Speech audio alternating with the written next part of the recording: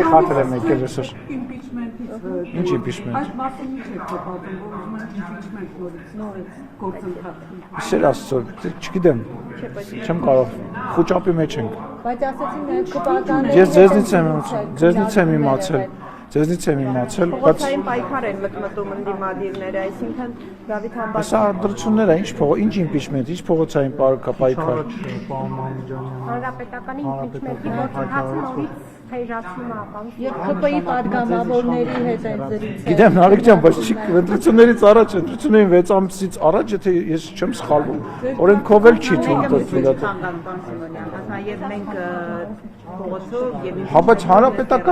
հանրապետականները, չգիտեմ, ասենք 400 հոգի մարդ չունեն, իրանք ընտրություններին մասնակցեն, իրանք ինչ impeachment անեն։ Այսինքն կասկածում եք, որ չի ստացվի ժողովրդին փողոց դուրս հանել, պարոն Սիմոնյան։ Դե impeachment-ի զուգահեռ գործընթաց են համարում փողոցային պայքարը, դրա համար եմ հարցնում։ Իրենք դուք կասկածներ ունեք, որ մարդիկ դուրս կգան փողոց եւ ձեզ Ես էլ չգիտեմ իմաստը որն է, ես չգիտեմ հիմա ասենք, ես անընդհատ զարմանում եմ, թե այդ մարդիկ ոնց են տասնամյակ շարունակ երկիր ղեկավարել, այս խելքով որ ունեն, այս անկեղծ զարմանում եմ, այո, թող սկսեն։ Բայց ասեն նաև ԿՊ-ի падգամավորների հետ ևս կան քննարկում։ Ասում եմ, ռեժիմը խոճապի մեջ է։ ԿՊ-ի բազմաթիվ падգամավորներ գնացել են, այլ հարցեր, լուրջ հարցեր կան։ Խոսել են ընտրակեղծիքների մասին, որ արդեն սկսել են ընտրակեղծիք։ Հանրապետականը խոսել է ընտրակեղծիքների մասին։ Հանրապետական կուսակցության ներկայացուցիչը խոսել է ընտրակեղծիքների մասին։ Հանրապետականը որ ընտրակեղծիքների համար ձեր իշխանության օրոք որևէ մեկը չի դատվել այդ հանրապետական։ Վստահ չեմ, որ ճիշտ պնդում ես անում, որ որևիցե մեկը չի դատվել, բայց ընտրական process-ներ եղել են 2021-ին եւ 2019-ին, եթե չեմ սխալվում, այլ ոչ թե հանրապետականի ժամանակ։ Իսկ այն ժամանակ ինչի հարցը նենց է տալի, ոնց որ ինչ որ մեկի մոտ տենց կասկած կա, հա, քո մոտ կասկած կա, որ միջև, չէ, բա ուրենը այլ հարց է խոսանք հեսա, բայց քո մոտ կասկած կա անձամբ, որ միջև այդ ընտրություններում օգտագործվել է կեղծարարություն եւ ընդհանրապես այդ բանը, ինչ որ մեկի մոտ կասկած կա։ Իշխանություն, որ կաշառքի հետ կապված իմ մոտ կասկածներ չլինեն, պարոն։ Ես քեզ առաջարկում եմ քեզ հրավիրես ֆակտորի տաղավար հարցազրույց վերցնես, կարծում հետաքրքիր կլինի։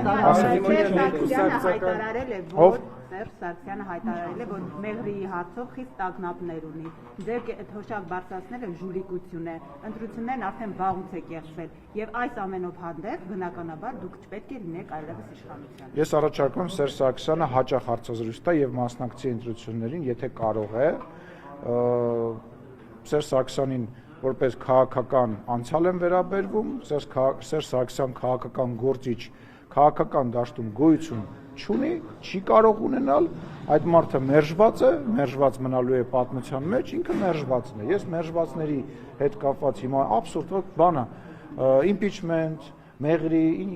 ինչի մասին է խոսում։ Ինչ է ասում ցիկի։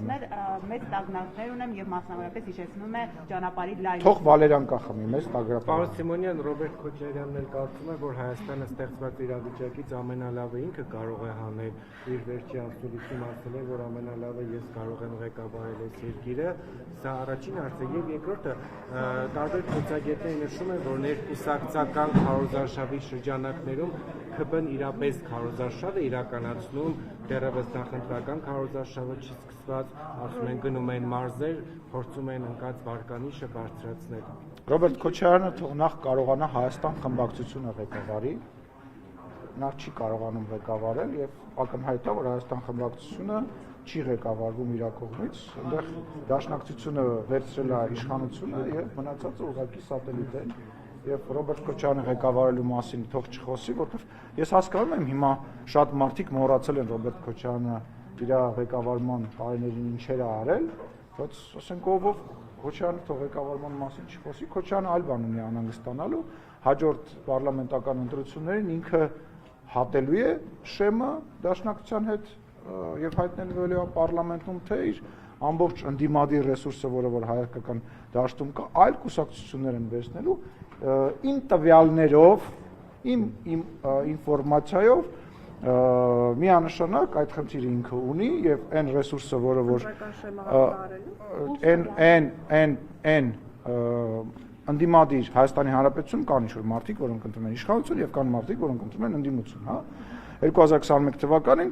21%, եթե չեմ սխալվում, ընտրեց Ռոբերտ Քոչարյանին եւ Հայաստան Դաշինքը, այսօր ակնհայտ է, որ հաջորդ գալիք ընտրություններին այդ 21%-ի առույցի բաժինը այլևս Քոչարյանին ձայն չի տալու եւ իր ձայնը տալու է այլ ընդդիմադիր կուսակցությանը եւ սրա մասին Ռոբերտ Քոչարյանը շատ լավ գիտի, դրա համար ասուլիս է տալիս եւ իրեն առաջարկում է որպես վարչապետի տեխնացու, չեմ բացառում, որ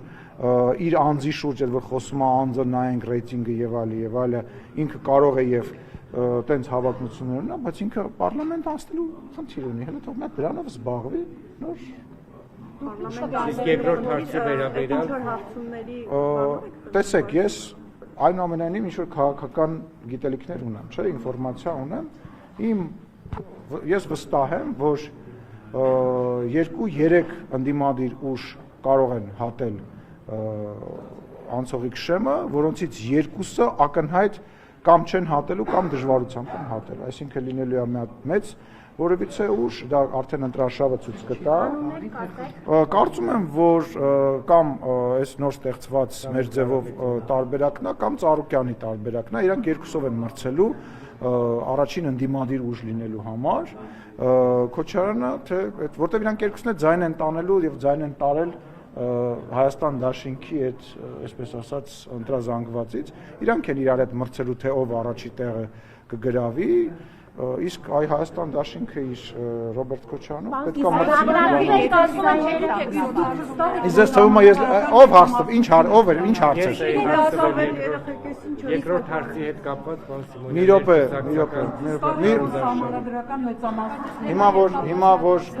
Հիմա կարող եք լռել։ Շնորհակալություն։ Ներկուսակցական հալակինչերի Ներկուսակցական քարոզարշավի ասում եմ բանտակ, ԿՊ-ն քարոզարշավը իրականացնում փորձում է միջև բուն քարոզարշավը իր ընկած վարկանի շրջանում։ Ես ուզում եմ հասկանալ, ինչ կա արված, որ չի արվել նախկինում եւ արվում է հիմա։ Վարչապետը չի գնացել մարզերով, չի գնացել գյուղերով, պերաշկի չի կերել, որևիցե ձևով հետաքրություն չի ստեղծել իր շուրջ համացանցում, որևիցե ձևով ինֆորմացիա չի տրվել, ինչ նոր բան է արվում, որը որ առաջ չի արվել, ուղղակի հիմա ինտենսիվ է, հա, շաբաթ-կիրակի օրերը մեկ օր կլինի շաբաթ, կլինի օր կլինի շաբաթ-կիրակի կլինի, ներկուսակցական դուք տեսնում եք, որ ուժեղ պայքար է գնում, քննարկում եք այդ պայքարը, ընտրություններ են տեղի ունենում, դա աշխարհում որոշ երկրներում ընդունված պրակտիկա է, հա, Ամերիկայում որ ներկուսակցական այդ քարոզարշավը սկսում է, ոչ մեկ չի ասում որևիցե բան։ Օրենք չի խախտվում, եթե նման դեպքեր կլինեն, կարծում եմ մեր հասարակական կազմակերպությունները, լրագրողները կարձանագրեն, մնացածը դա ներկուսակցական քարոզ արշավ։ Քաղաքացիները ձեր կուսակցության անդամ են, դուք փողոցով քայլում եք, քաղաքացիներին ինչ որ ձևով կաշառում եք, որովհետև երբ որ ամբողջ Ես ձեզ դատի կտամ։ Անձամբ ձեզ դատի կտամ։ Դուք կգաք դատարան եւ ցույց կտաք կաշառելու դեպք։ Տեսեք, պարոն Սիմոնյան, լավ։ Չէ, լավ չէ։ Ռուզանա ջան, բարձր որ ես ձեզ հարգում եմ եւ դրական եմ վերաբերում եւ ձեր ասացի հետ կապված դատարան չեմ դիմի, բայց չի կարելի տենց ասել, որովհետեւ այն բոլոր դեպքերում, երբ որ մարդիկ ուղիղ եթերա չէ ամեն ինչ։ Զապիս չի, ուղիղ եթերա չէ, այն բոլոր դեպքերում, որ մարդիկ գալիս են նույնիսկ ինչ-որ բան են հարցնում, որը որ գոյություն ունի, մենք նույնիսկ այդ ակնկալիքն ու խոստումը, որը որ կառավարության աշխատանքն է, դրա մասին չենք խոսում։ Մենք դրա մասին չենք խոսում, ուղիղ եթերներ կա։ Ապահովագրությունից չենք խոսում, պաշտպանության նախարարը չի գալիս քաղաքացիական դորան հետ կապված խնդիրներին լուծում կտան։ Դրանք ինչեր են, պարոն Սիմոնյան։ Ասում եմ, օրինակները մատնացույց արեք։ Եվ կոնկրետ օրինակ, չէ, տենց օրինակներ չկա։ Ես բոլորին մասնակցել եմ, տեսել եմ, որ եկել են, ասում եմ վարչապետը, չէ, դրա մասին չենք կարող խոսել, ծրագիր են առաջարկում, ասում են, կլինի սենց բան լինի։ Ասում եմ, դրա մասին հիմա չենք կարող խոսել։ Իսկ գիտեք ինչ, երբ որ Հայաստանի Հանրապետության ժողովրդից, ասենք 10 հոգի, 20 հոգի մարդիկ կանգնած ասում են, մի րոպե կանգնի, պարոն վարչապետ, բան ունենք ասելու, լինի դա նախընտրական պայքար, լինի դա ներկուսակցական նախընտրական, չի կարա վարչապետը ասի, չէ, գիտեք ինչ, ես հասկանում եմ Ռոբերտ Քոչարյանի համար, որը որ վերջերս ասում էր, հաճելի չի մարդկանց հետ շփվել, մեր վարչապետին հաճելի է մարդկանց հետ շփվել եւ մարդկանց հաճելի է շփվել Հայաստանի Հանրապետության վարչապետի հետ։ Սիմոնյան սոցհարցումներից խոսեցիք, իրենք էլ ասում են ձեզ համար եւս սոցհարցումները մտահոգիչ է եղել եւ դուք բարձել եք, որ 50-ից ավելի ձայն չունեք, դրանով է պայմանավորված, որ իշխանությունը ամեն օր լայվ է մտնում եւ խոսում է, որ Գյումրի 2 սցենար թույլ չենք տալու, որ տեղի։ Ես երեք ասել եմ, հիմա նորից կրկնում եմ, այն բոլոր մարդիկ, ովքեր ակնկալում են Գյումրի 2 սցենարին, ռաստվելու են շատ հաստ, վաղաշապատ 2 սցենարին։ Մնացածը թողնում եմ ձեր մեկնաբանությանը։ Պարոն Սիմոնյան, ուզում եի հարցնեի երկաթուղու կառավարման հետ կապված վարչապետը վերջերս իր պատկերացումից խոսեց, որ մրցակցային նետառավելության խնդիրների ֆոնին իր պատկերացմամբ կարող է դա լուծվել, եթե մի այլ երկիր, որը ընդունելի կլինի կողմերի համար, ստանձնի այդ գնի այդ կառավարումը եւ ինքը իրականացնի։ Այս տարբերակը, այս իր պատկերացումները ինչ-որ մի սուարյուն ստանում է, նկատնում կան, քննարկում ենք, այո, քննարկում ենք նախ եւ առաջ ռուսական կողմի հետ եւ ակնկալում ենք հնարավորինս արագ արձագանքը եւ միևնույն ժամանակ դա մեր համար կենսական նշանակություն ունեցող պրոյեկտ է, որի հետ կապված մենք ուղղակի այլընտրանք չունենք, չքննարկենք, չզբաղվենք։ Այսինքն Ռուսաստանի հետ արդեն պաշտոնապես քննարկվում է երկաթուղու կառավարումը վերցնել։ Չէ, ինչ որ ասվել է, բարձր ասվել։ Դե նկատի ունեմ Հա, դրանց ես մտածում։ Չէ, այսինքն պաշտոնական չկա քննարկում եւ հետո Այո, դե ասում եմ, ինչ որ ասվում է, բարձր նաեւ ասվում է։ Իսկ Ռուսաստանից ասում են, որ Այո, կա։ որ երկրները Չեմ կարող ասել։ Որոնք պատրաստ են գնել կառավարում։ Չեմ կարող ասել։ Չէ, դուք ասացիք կան։ Մենք ակնկալում ենք, որ կան երկրներ, որոնք որ պատրաստ են գնել, բայց չեմ կարող ասել։ Ռուսաստանը ճիշտ է։ Ասում եմ, որևիցե անուն ես հիմա չեմ կարող տալ։ Ինչ սովորություն, այսինքն մտածում եք, ես հիմա պետք է ինչ որ ենթադրենք ինչ որ մի երկիր ցանկություն ունի, հիմա ասենց 10 տեղ սախցիկի առաջ պետք է ասեմ X երկիրը ժողովրդավար եկեք ժողովրդավար բոլոր բանը գաղտնի փաստաթղթերը բացենք, բոլորը գան կարդան։ Չէ, պարոն Սիմոնյան, ժողովրդավարությունը ու բանը խառնում եք իրար։ Բայց նկատի ունեմ քննարկում ինչ որ երկրների հետ փաստորեն կան, որ ասում եք կան երկրներ, որոնք պատրաստ են։ Ասում եմ, որ վստահ եմ, որ կան երկրներ, որոնք կուզենան եւ որոնք հետաքրքրվել են, որովհետեւ ես ինքս հանդիպում եմ տարբեր երկրների դեսպանների հետ եւ բնական է հետաքրություն, խոսակցություն դրա մասին կա։ Այլ հարցը թե վերջում ինչ որոշում կլինի։ Սիմոնյան, կարող ենք ֆիքսել, որ այդ հարցը, որ պետք է կառավարումը ամեն դեպքում վերցվի Ռուսաստանից, արդեն որոշում է քաղաքական կայացված այդ որոշումը, պարզապես պետք է արդեն բանակցել։ Ոչ։ Ինչու, պարոն Սիմոնյան։ Որովհետև բանակցությունները շարունակվում են։ Եթե կա կայացված որոշում, դա նշանակում է բանակցելը անիմաստ։ Իսկ ինչպես եք վերաբերում Ռուսաստանից հնչող են հայտարարություններին, որ եթե այդ կառավարումը վերցվի, ապա շատ կարճ ժամանակում այդ երկաթուղիների ոնց որ կառավարման խնդիրը կփոխվի եւ չի ստացվի։ Նույն ձև եմ վերաբերում, ինչպես վերաբերում եմ մնացած նմանատիպ հայտարարություններին Ռուսաստանից։ Այսինքն ոնց։ Այսինքն ոնց որ նախկինում են վերաբերվել։ Պարոն Սիմոնյան, իհարկե այս պահին պատերազմական իրավիճակ այնպես մերձավոր արևելքում, ինչ կարծիք ունեք դրա մասին, մեկ էլ արդյոք դա վտանգավոր չէ թրիփի համար։ Կարծում եմ, որ վտանգավոր չէ, կարծիքս բնական է, շատ ցավում եմ այն զոհերի համար, որոնք որ լինում են եւ հույս ունենք, որ հնարավորինս կարճ կտևի, որովհետեւ անմիջականորեն մեր հարևանի հետ է տեղի ունենում եւ դա չի կարող մեզ չանհանգստացնել։ Միևնույն ժամանակ հասկանում ենք, որ դա շատ մեծ աշխարհաքաղաքական, թերևս ամենամեծ աշխարհաքաղաքական պատերազմներից մեկն է, որը որ Փառք Աստծո մեր հետ որևիցե ձևով կապ չունի եւ պետք է ամեն ինչ անենք, որ մենք այդ խնդրի մեջ այդ կարող եմ վերջացնել, այդ համատեքստում կարող եմ վերջացնել, շնորհակալ եմ։ Եվ հույս ունենք, որ որևիցե ձևով Հայաստանի շահերին դա չի բանանի, դիպչի, միևնույն ժամանակ շատ հաճելի է, որ երևի պատմության մեջ, ասենք տեսնում եք, հա, Հյուսիսում պատերազմ է, Արևելքում պատերազմ է եւ մենք այդ ֆոնին կարողացել ենք Ադրբեջանի հետ միասին խաղաղության եզրեր ենք գտել եւ խաղաղություն ենք կառուցում, որը որ ես չգիտեմ պատմությունը երևի թե կգնահատի, որ այս բարդ իրավիճակում Հայաստանը չներքաշվեց։ Հնարավոր է պարոն Փաշինյան օրինակ մի րոպե։ Հնարավոր է որ նշում եք խաղաղությունը Հայաստանում Ադրբեջանի միջև այս օրինակով փորձի օրինակ ջանքեր գործադրել Միացյալ Նահանգների եւ Իրանի միջև խաղաղության այսպես հաշտության բերի թե ոչ։ Ես չգիտեմ դրա կարիքը կարծում եմ չկա։ Տիկնել կսպանի ինձ ինչեւ չպատասխանեմ։ Չներքաշվել ես ամեն ինչի մեջ եւ Հայաստանի Հանրապետությունը զերծ պահել խաղաղության գործընթացին ինչ որ ձևով որ ինչ որ մեկը կարողանա հարված։ Իսկ Հայաստանը ունի ծրագրեր, եթե հանկարծ իրանահայերը մեկ գան Հայաստանից։ Այո, մենք նման տարբերակ քննարկել ենք, բայց պետք է ասեմ, որ այս պայդրությամբ ես տեղեկություն չունեմ, որ թե նախորդ 12 օրյա պատերազմի ժամանակահատվածում, թե հիմա նման վտանգ եւ նման միտում կա, process-ը այդ ձևով այս պահին հələ չի գնացել, չունենք։ Իհարկե բնականաբար յուրաքանչյուր երկիր, որ սահման ունենում, նախապատրաստվում է, որ եթե ինչ, ապա հա, բայց այս պահին չունենք, որ նման հոսք չի եղել ու չկա այս պահին։ Ես գիտեք ինչն է հետաքրքիր, այդտեղ կարևոր է, որ որքան ես հասկանում եմ, հողի վրա գործողություններ չեն լինելու եւ տրամաբանությունը դա հարված հասցնելու տրամաբանությունն է, որը որ միգուցե դրա վրա ազդում է, որ այդ հոսքը այնտեղ ձևով չի էլ։ Պարոն Սիմոնյան, երկաթուղու հետ կապված մի հարց։ Բայց Կարինեն հարց էր ուզում տալ, Կարինե ջան։ Չեմ լսում։ Երեք բաղկանները կուկուրուզ երաշխի քաղաքի այս ֆոնի վրա, որ Իրանում անհանգիստ են, իրենք ասում են, որ անվտանգության խորհուրդը նիստում ամեն ինչ տվել է Հայաստանին վտանգ չի սպառնում, մինչդեռ 26-ի զեկույցում արտաքին հետախուզական ծառայությունը եւ ես նկատեցի, որ անվտանգության խորհրդի նիստում հենց Քրիստինե Գրիգորյան ինքն է զեկուցում ասում էր, որ եթե Իրանում զարգացումները ավելի վատ լինեն, սա ամբողջ տարածաշրջանային խաղաղությունն է խախտելու։ Եթե հնարավոր է շակերտներ բացեք, նույնն է բնդել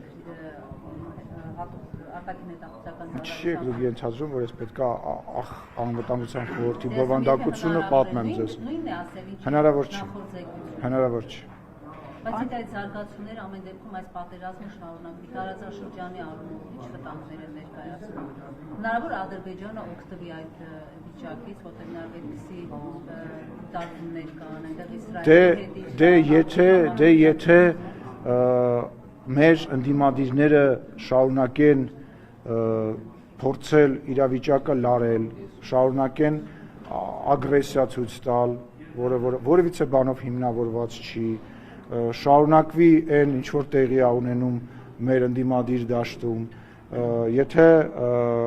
չգիտեմ, խաղաղության օրակարգը Հայաստանի Հանրապետության քաղաքացիների կողմից մերժվի, իհարկե հնարավոր է, որ չէ, ինձ Ադրբեջան-Իսրայելը հետաքրքիր չի, ինձ հետաքրքիր Ադրբեջան-Հայաստան հարաբերությունները, շատ հնարավոր է, որ ոչ միայն Իսրայելը կամ Ադրբեջանը կամ որևիցե այլ երկիր, բոլորը այդ իրավիճակից օգտվեն, որովհետև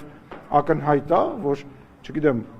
Փառք Աստծո մենք այդ ունենք, հա, որ մենք եզակի օրինակներից ենք, որը օրինակ Ամերիկայի Միացյալ Նահանգների նախագահ անընդհատ օրինակ է բերում, պարծենում է, եւ այո, իհարկե, որ հնարավոր է, որ այդ լավ օրինակի վրա միշտ մարդիկ են լինելու, որոնք փորձելու են բանան, բայց ասում եմ, Հայաստանի Հանրապետության ժողովուրդը դա թույլ չի տալու։ Բայց այդ խաղաղությունից էլ հպարտանում, որ Թրամփը պատերազմ է դարձել, այդ թվում ադրբեջանական միշտեր ստեղ այդպես պատերազմ չկար։ Հիմա այս Իրանի վրա հարձակումից հետո նրա այդ խաղաղասիրական ջանքերը որքանով են այսպես։ Ես չեմ ուզում մտնել ձեր եւ Տրամփի վեճի մեջ, բայց ես պետք է ասեմ, ես չգիտեմ դուք ինչ որ խնդիրներ ունեք Տրամփի հետ, որտեղ ինքը վարչապետ Նիկոլ Փաշինյանի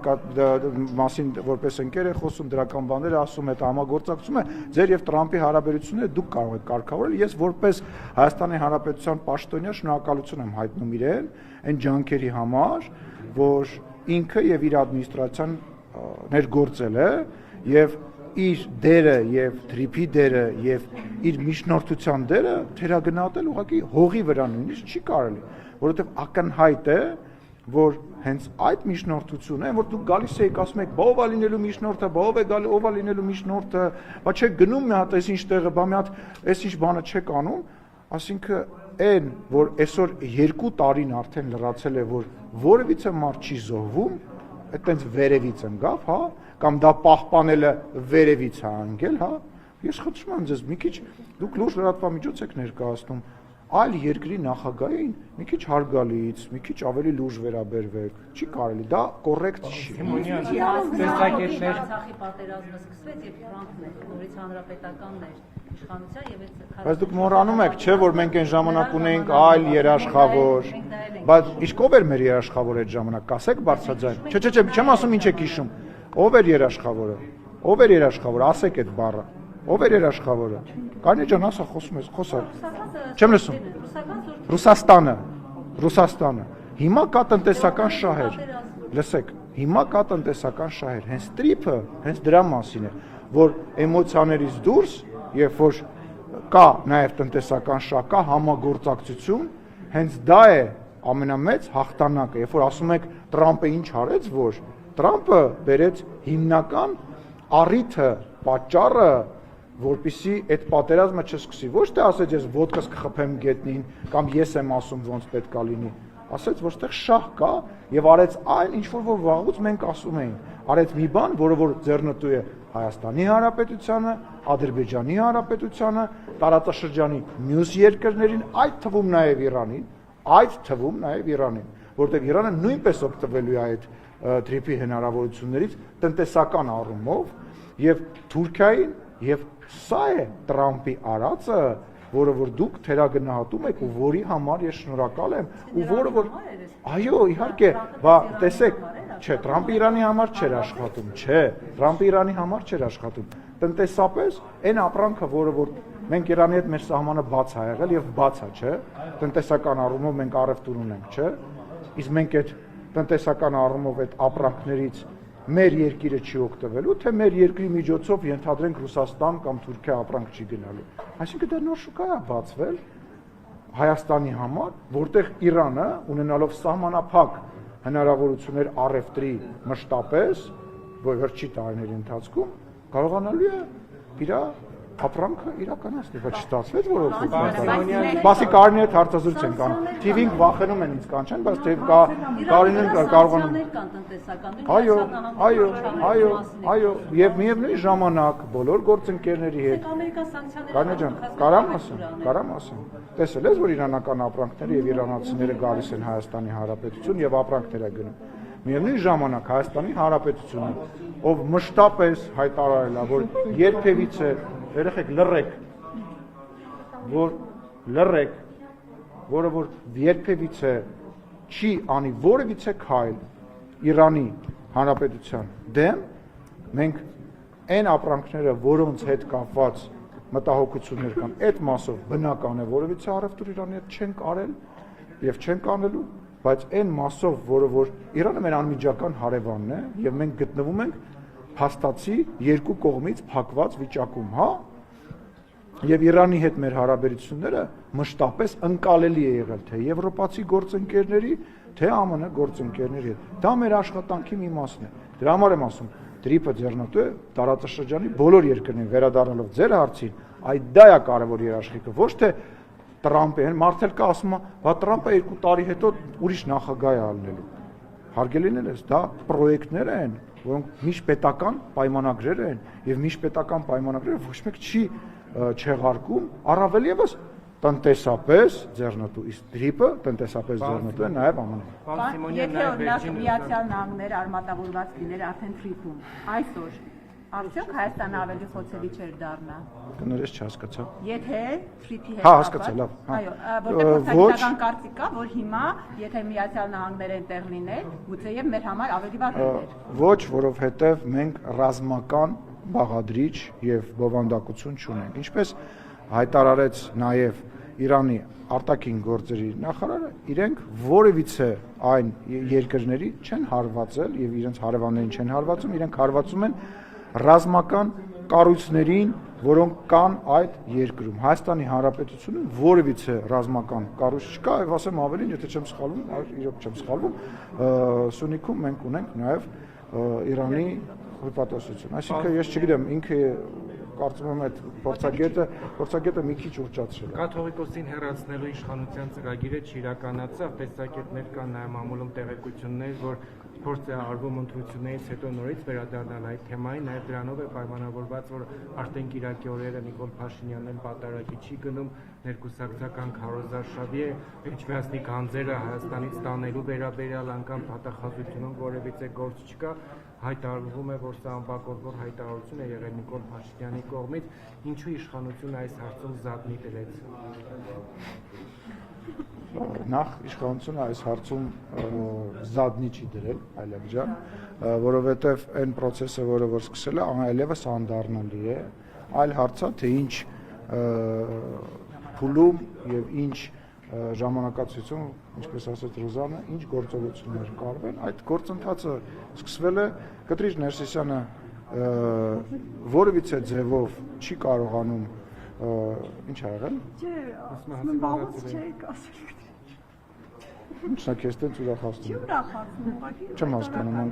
Լավ, մի շեղեք։ Որևիցե ձևով չի տիրապետում իրավիճակին, չի կարողանում որոշումներ կայացնել, այդ process-ը կշարունակվի այնքան ժամանակ, մինչև կավարտվի իր բնականon ձևով, ինչ վերաբերում է վարչապետի պատարակներին գնալուն, դա իր անձնական որոշելիքն է, ինքը գնալու է, էլի է գնալու, ես վստահ եմ, խոսել եմ իր հետ դրա մասով, նույնիսկ քարոզարշավի հետ կապված մենք խոսակցություն ենք ունեցել, ասել է ես չեմ կարող, ես պետք է գնամ պատարակների, պետք է ինչ-որ ժամանակացույցներ ինձ անենք, բայց դե ասենք մարդու անձնական աղոթքի հետ կապված կարծում եմ ես չէ որ պետք է խոսեմ։ Նկատի ունեմ, որ ըստ էության այլևս ակտիվ չի այս թեմայով իշխանությունը։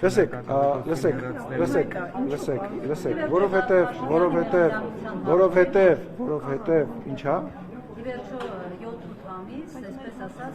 կապարը մնացիր տեղում, եւ արդյոք սա չի խոսում, որ Փաշինյանը այլևս չունի 18-ի այն չի խոսում։ որպեսզի ժողովուրդը։ Ոչ, չի խոսում։ Այդ խոսում է այն բանի մասին, որ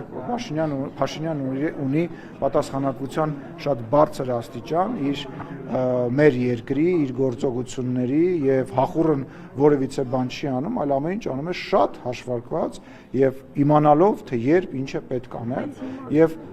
վստահեցնում եմ ձեզ, ասենք ես ուղղակի զարմանում եմ, մեկ-մեկի մոտ տպավորությունն է, որ դուք տենց ուզում եք ասեք այն ինչին դուք հավատում եք, այլ ոչ թե այն իրականությունն է։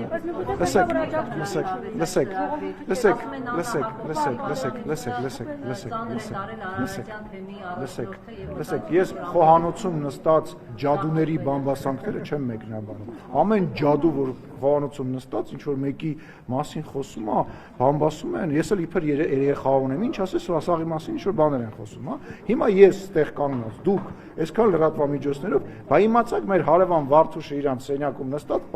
ընկերուհուն բան պատմեց։ Երեխեք, թարգեք այդ ամեն ինչը, հա։ Հարցնում եք քաղաքական հարց, ասում եմ այդ process-ը ավարտվելու է նրանով, որ Կտրիչ Ներսիսյանը հեռանալու է։ Կտրիչ Ներսիսյանը ժամանակին մնացած բոլորով հանդերձ, հա, ինչքան ինստիտուտ կար, պահանջում էին Նիկոլ Փաշինյանի հրաժարականը, Նիկոլ Փաշինյանը համընտրությունը կրեց, հեսա հաջորդ ընտրությունն է կրելու եւ այլն եւ այլն։ Չեք ուզում հասկանամ, հետքալ չենք անում, լսեք, չէ,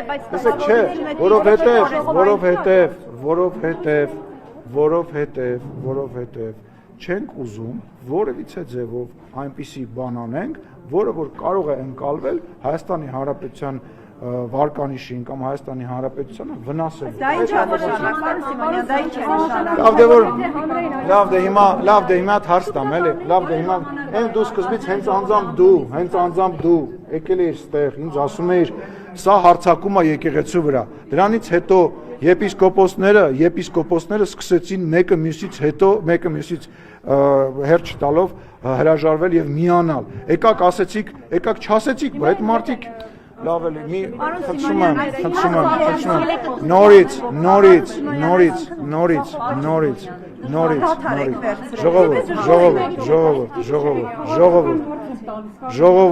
հեսա կվերադառնանք ժողովուրդ ամեն մի լույս, եթե հիմա ստեղ մի հատ լույսը անջատվի, դա չի նշանակում, որ շենքում լույսի խնդիր կա։ Ամեն մի քայլը գալ ասել, ահա, ձեր մոտ չստացվեց եւ չգալ ասել, ահա, լսեք։ Ադմինիստրատիվ ռեսուրս չեք տեսել, որ ադմինիստրատիվ ռեսուրս տնակ, Կտրիչ Ներսիսյանին կկանդալեն, կտանեն, հանգստացեք։ Գարնի ջան, կրկնում եմ։ Չէ։ Կարնե ջան, 1700-ամյա եկեղեցում ձախողվել եք դուք ու Ռոբերտ Քոչարյանը, որը որ աղոթել չգիտի, որը որ հայրմերը չգիտի, ոչ է խաչակնկվել գիտի։ Ձախողվել է ինքը։ Մենք եկեղեցու հետ կապված որևիցե գործողություն չենք արել։ Մենք գործողություն ենք արել, անելու ենք որպես մարդիկ, ովքեր որ հավատում են, իսկ իրավապահները գործողություն են անելու այն մարդկանց վրա, այն մարդկանց հետ կապված, ում հետ կապված կան դրա առիթները։ Ու մի զարմացեք։ Դոժդի տված էր հարցազրույցում այդ սկանդալային ինֆորմացիայի մասին, որը կա։ Ինֆորմացիա բառը մի օգտագործի հետո։ Մի խոսքով դիտարկում եմ, որ 3-4 այսպես հոգևորականներ կան, չգիտեմ ինչերով։ Մանկապիղծ բառն եմ օգտագործել, ասա դու։ Չեք կարծում, որ դատախազությունը պետք է զբաղվի ձեր այս հայտարարությամբ եւ արդեն իսկ քրեական։ Դե Կարնե ջան, տես, եթե ասեմ, եթե դատախազությունում անգրագետ մարդիկ կան, պետք է զբաղվեն։ Ես գիտեմ, որ լրատվական դաշտում անգրագետներ կան, ու իրանք շատ են, եւ ռուսերեն լեզվի տիրապետողներ չկան, պետք է զբաղվեն բնական է, բայց արի տես, որ ոչ մեկ չի զբաղվել դրանով, նույնիսկ ՀԿ-ները չեն զբաղվել, նույնիսկ որևիցե մեկը դատարան չի դիմվել, բայց ինչի չեն արել, գիտես ինչի Կարինե, որտեվ այդ ինչ որ դու ասում ես կեղծիք է Կարինե ջան։ Ես նման բան չեմ ասել։ Ես ասել եմ ենթադրենք, ինչ որ X երկրում ենթադրենք, ինչ որ նմանատիպ բան է լինում եւ իշխանությունը պետք է նմանատիպ արարքների հետ կապված իր կարծիքը չասի։ Պայմանական օրինակ է։ Հարգելի ես ներողություն եմ խնդրում, կարող ես պատիվ։ Շոգջան, այդ մարդիկ անգրագետներ են, թող ինձ դատի տան։ Անգրագետ են։ Գոյություն օրինակ փաստերի ստուգման հարթակ գոյություն ունի FIP-ը, որը որ եզրակացություն է տվել, որ երկակի կարող է մեկնաբանվել։ Այլ տարբերակ, ես ես խնդրում եմ, լավ, այդ տենց ասում եք 1700-ամյա ինչ որ բան, կարնե թող խոսեմ։ Չէ, իսկ քիչ են ասում։ Ես ԿՊԱ-ականների մասին չեմ ասում։ Աշխարհում ամենահայտնի, ամենատարածված օրինակը, որ եղել է, հա, եկեղեցում մանկապղծության օրինակն է եղել եւ դրա մասին բազմաթիվ բաներ են գրվել։ Էդ եմ ասում, Կարինե ջան, ցավը տանեմ։ Ես քեզ խնդրում եմ, նախ մենք դրա համար չենք պահանջում, մեկ, որտեղ ինքն է իր կանոնները խախտել եւ ինքը եթե երես ունենար, եթե արժանապատվություն ունենար Կտրիչ Ներսիսյանը ինքը կգնար։ Ուղղակի ինքը անարժանապատվություն չունի, որ երեխայի հետ կապված ոչ հերքում է, ոչ հաստատում է, դու պարզա չէ որ կա եւ ակնհայտ է, որ ինքը խախտել է իրենց հենց կանոնագիրքը։ Հիմա դա ընդունված չի, չգիտեմ դրան իրանք են որոշում, իրանք չեն որոշում, դրանք հարակից խոսակցություններ են։ Արել ես։ Հիմա դուք ինձ գաք ասեք, դուք կաշառք ես վերցրել, ապացույցելի, ես ասեմ դա ազգային ժողովի ներքին գործն է։ Ասում եմ, մի վախեցեք։ Թիվ 5 հեռուստաընկերությունը։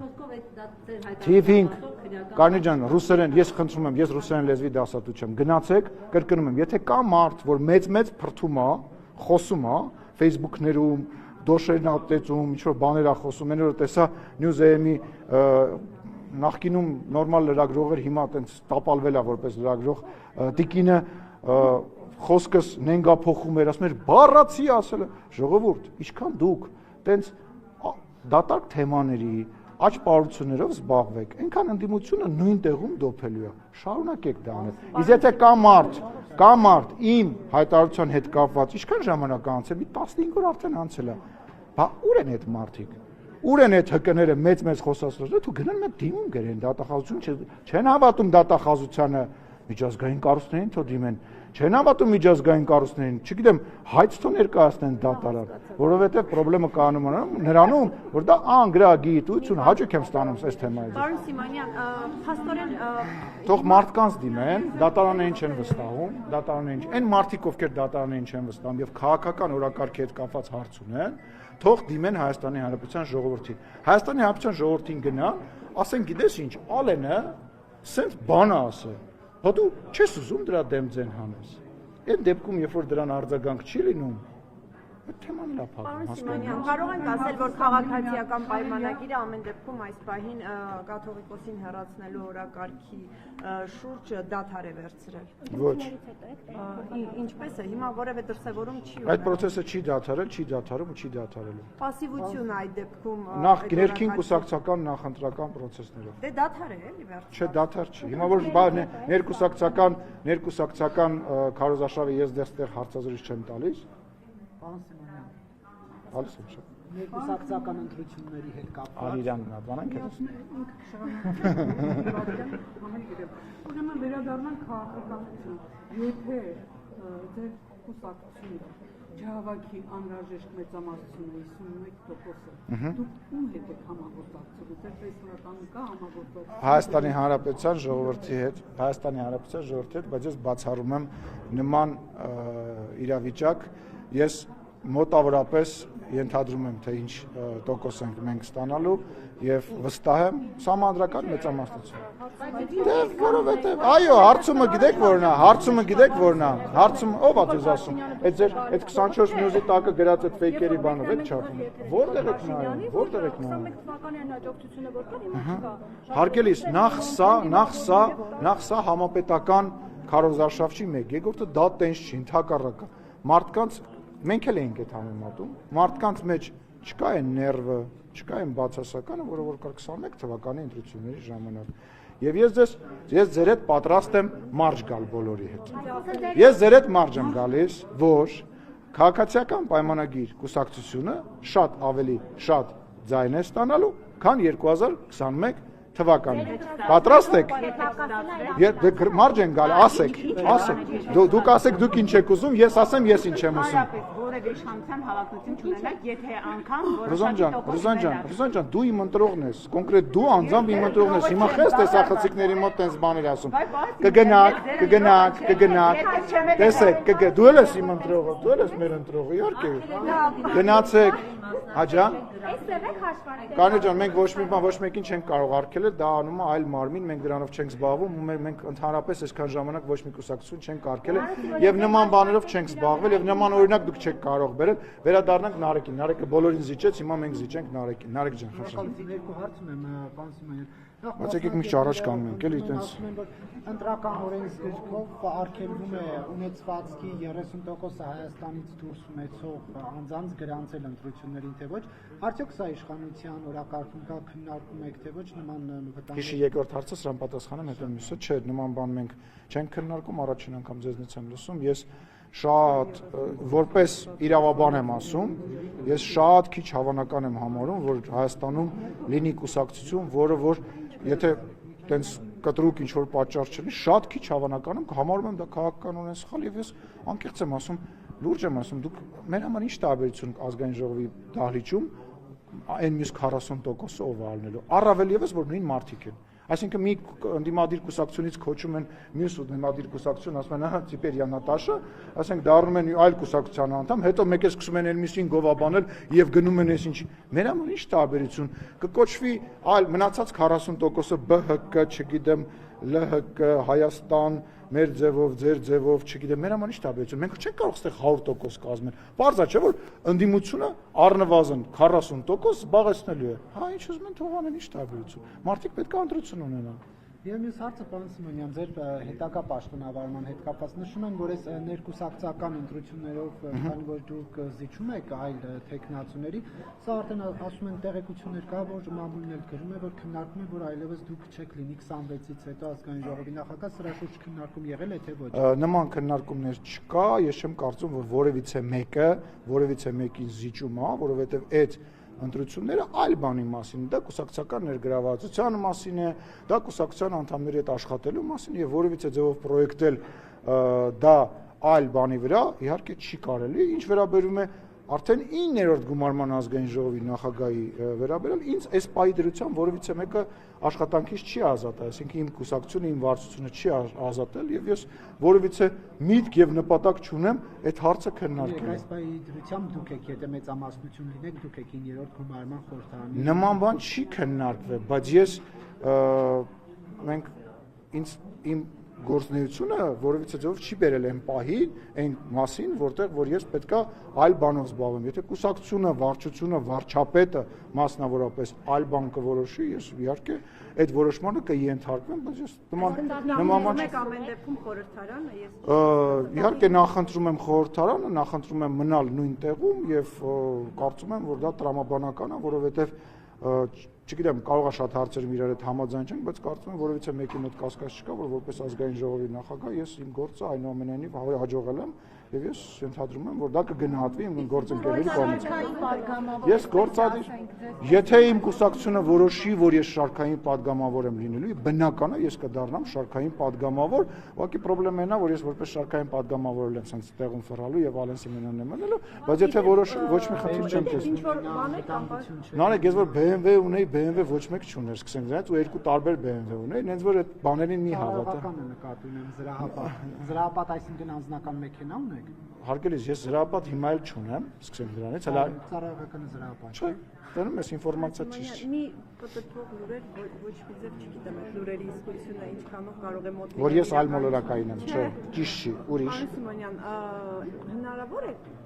կամ առհասարական այդպիսի քննարկում եկել է շոկը։ Հանրապետության նախագահի պաշտոնի համար։ Արգելիներս, այդպես քննարկումներ կա միայն ընդդիմադիր որոշ թերթերում։ Մենք այդպես բաներ չենք խոսում։ Հայաստանի Հանրապետությունը ունի իր նախագահին։ Ես գործող քաղաքական խոսացող գործիչ եմ։ Եթե իմ կուսակցությունը կգտնի, որ ես պետքա գնամ, չգիտեմ, ԺԵԿ-ի պետ դառնամ, մենք այդ հարցը մեր կուսակցության հետ կքննարկենք։ Նման քննարկում չկա։ Եվ ես ենթադրում եմ, իմ գործունեությունը թույլ չի տալիս, իմ անցած ճանապարհը, իմ ծառայությունները, որը որ ես մատուցել եմ Հայաստանի Հանրապետություն որպես պարլամենտական, թույլ չի տալիս նման խոսակցությունների հետ։ Պարզապես ուզում են մեզ իրար հետ կռվածնեն, չգիտեմ, իմ ընկերների անուններն են տալիս, քաղաքացիական պայմանագիր, Տիկին Մակունցը իմ ընկերն է, շատ լավ աղջիկ է, եթե իմ կուսակցությունը կորոշի, որ ինքը պետք է լինի, ես միայն ուրախ կլինեմ, բայց ժողովուրդ, ես սաղ եմ, ես կամ ու ես շարունակելու եմ գործել ու լսում եմ այս ամեն ինչը, դադարեցրեք այս անտեղի խոսակցությունը։ Շնորհակալություն։ Մամուլը դա ասում է, որ մեզ կռվածնի, չի ստացվելու մեզ կռվածնել։ Բոլորի անունները, ում անունները տվել են, իմ ամենամոտ ընկերներն են, իմ տան, իրար տուն գնալով, ընտանիքներով ընկերություն, մենք նայում, կարդում, ծիծաղում ենք դրանց վրա։ Հայկ Սարգսյանի հետ ինձ մամուլը չի կռվածնել եւ ես Հայկ Սարգսյանի հետ կռված չեմ, մենք ուղղակի տարբեր հարցերի հետ կապված տարբեր կարծիքներ ունենք։ Այսինքն դուք կարծում եք, որ ես բոլոր 70 կամ չգիտեմ 100 падգամավորի հետ ընկերական հարաբերություններ ունեմ, մեկի հետ մոտ եմ, մեկի հետ այդքան մոտ չեմ, մեկի հետ իրար տուն ենք եթում, մեկի հետ գործի տեղն ենք բարև տալիս։ Եվ ինչ։ Որ ասպեկ ամենամոտ ընկերների հետ են փորձում կռված։ Եվ ինչ անենք։ Այսինքն կյանք է եւ ամեն ինչ տեղի է ունեն։